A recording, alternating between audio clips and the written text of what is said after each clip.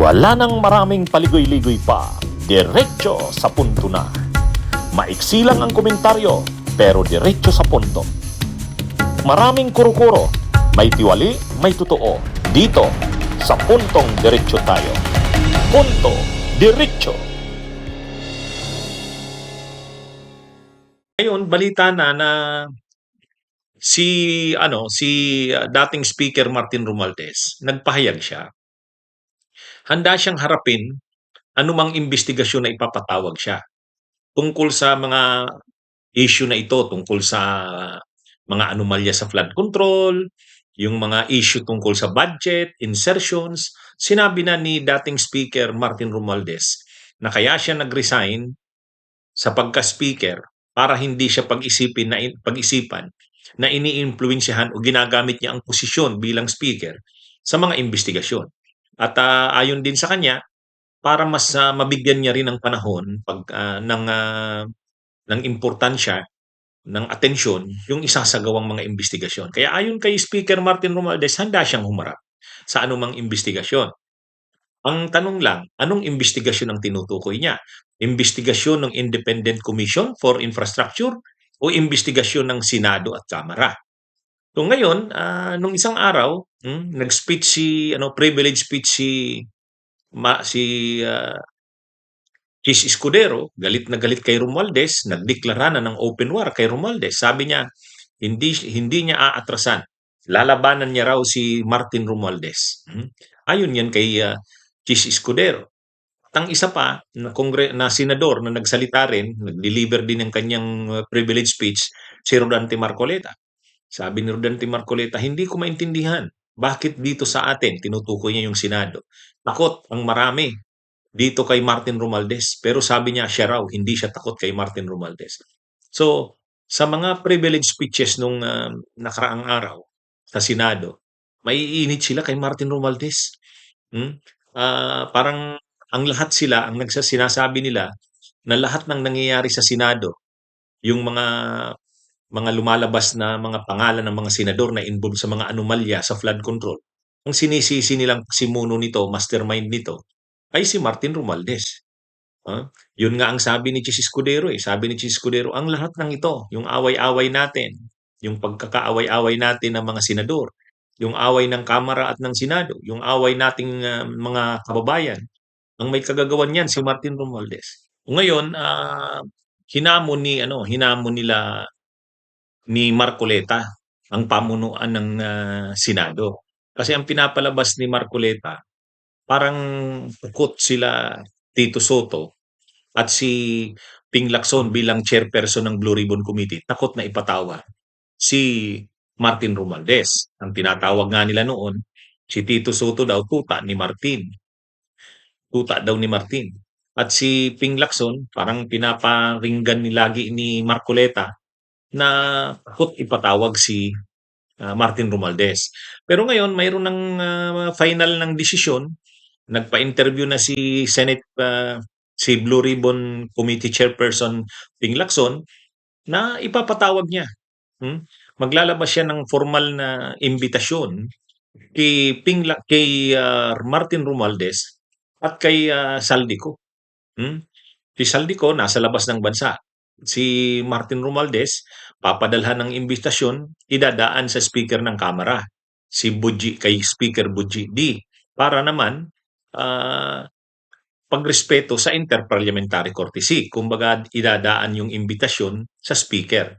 Papasabihan naman si Martin Romualdez. Ang tanong, aattend kaya si Martin Romualdez sa patawag ng Senado? Ay kailangan niyang umattend. Kasi sinabi niya naman ni Martin Romualdez na wala siyang aatrasan na investigasyon. Bukas siyang imbestigahan at haharapin niya anumang investigasyon. Hindi niya naman sinabing haharapin niya kung alin lang. Ay kung ang Senado iimbitahan siya, dapat harapin niya kasi sinabi niyang handa siyang humarap sa anumang investigasyon. At maganda naman na masagot niya ang mga senador. Kasi mainit ang dugo sa kanya, ang daming issue sa kanya. Pag hinarap yan ni Martin Romualdez, sasaludo ang taong bayan sa kanya, kay Martin Romualdez. At lalo na kung masagot niya ang mga issue laban sa kanya. Kaya ito yung malaki ang magiging papel ng imbestigasyon na yan ng Senado. Yung imbitasyon na yan na sinasabi ni Ping Lacson, dapat pagbigyan yan ni Martin Romualdez. Huwag niyang atrasan. At sana maging maganda ang kanyang mga sagot, paliwanag, para mawala yung mga issue laban sa kanya. Pero tandaan niya, tandaan nila, ang kampo ng mga Duterte ay may gagawin yan na maitim na plano laban kay Romualdez sa pagdinig na yan. Sinabi naman ni Chis Escudero. Sabi ni Chis Escudero, lalabanan niya si Martin Romualdez. So pag pumunta si Martin Romualdez sa Senado at magiging doon, resource person sa investigasyon, tatanungin yan, gigisahin yan, gagawin ang lahat nila Chis Escudero, nila Jingo Estrada, nila Joel Villanueva, pati ni Marcoleta, nila Bato de la Rosa, simpatisan si Amy Marcos, pinsan niya yan. Pero magtutulong-tulong yan. Talagang nila yan, tutulong-tulungan nila yan si Martin Romualdez. At gagawa yan ng mga pwedeng mag-imbita na naman ng resource person. Nandiyan na naman si Mike Defensor, baka may i-produce na naman na resource person o testigo ni Marcoleta, pangharap kay Martin Romualdez. May maitim na plano yan sigurado. Pero anyway, sa sambayan ng Pilipino naman, maganda ito para malaman ang katotohanan. Ilabas na nila Chis Escudero lahat ng issue nila kay Romualdez, ilabas na nila Marcoleta, kasi laging Martin Romualdez ang binabanggit nila, ilabas na nila. Si Martin Romualdez naman, sagutin niya ang mga issue laban sa kanya. Diyan makikita ng taong bayan kung sinong papaniwalaan. Kaya napaka yan mga kabunyog. Yan, abangan natin yan. Pero kapag sa pagdinig na yan, nasagot ni Martin Romualdez ang lahat ng issue laban sa kanya at naging maganda ang mga sagot niya, wala namang mga ebidensya sila Chis Escudero, sila Marcoleta, sila Amy Marcos laban kay Martin Romualdez, mapapahiya sila diyan. Diyan. Kaya antabayan natin. Pero sigurado maghahanda rin yan sila Marcoleta, sila Chis Escudero. Kasi diyan na sila makakaganti kay Romualdez eh. Diyan na nila ito kung sa parang aambusin nila doon sa Senado. Kasi teritoryo nila yan. At ang bintahe dyan nila Marcoleta, nila Chis Escudero, may sila dyan, may immunity sa kanilang mga sasabihin. Kahit anong sabihin nila kay Chis Escudero, kahit palay bilus ang mga sasabihin nila, hindi naman sila pwedeng kasuhan dyan kasi may parliamentary immunity yan. May parliamentary immunity yan. Anong mang sabihin nila, kahit pa mga masasakit na salita yan, kahit palay bilus yan kay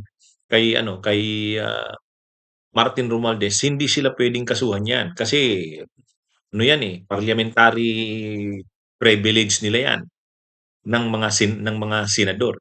Kaya, anyway, sa tingin naman natin, alam naman ni Martin Romualdez kung anong gagawin sa kanya. Alam niya yan, na pagtutulong-tulungan siya dyan. Pero pag hindi siya sumipot dyan, masisira siya, hindi maganda magiging reaksyon. Siya, tumatakas siya. Pero pag nasagot niya naman ang mga issue laban sa kanya at nakumbinsi ang taong bayan, magiging maganda naman ang imahe ni Martin Romualdez niya. Kaparte naman nila Chis Escudero, nila Marcoleta, gagamitin nila yan para masira ng todo si Martin Romualdez. Kaya abangan natin. Abangan natin mga kabunyog, mga kabayan. Hindi natin alam kung kailan. Pero sinabi na ni Senador Ping Lacson, iimbitahan sila Martin Romualdez at si Saldico sa susunod na pagdinig ng Blue Ribbon Committee. Abangan natin mga kabunyog. Bunyog, bunyog, halikan na kasama ka. Bunyog, kapag buklod ay may pag-asa. Luzon, Visayas, Mindanao, isa ang pananaw. Sa bagong Pilipinas ang bunyog isisigaw. Bunyog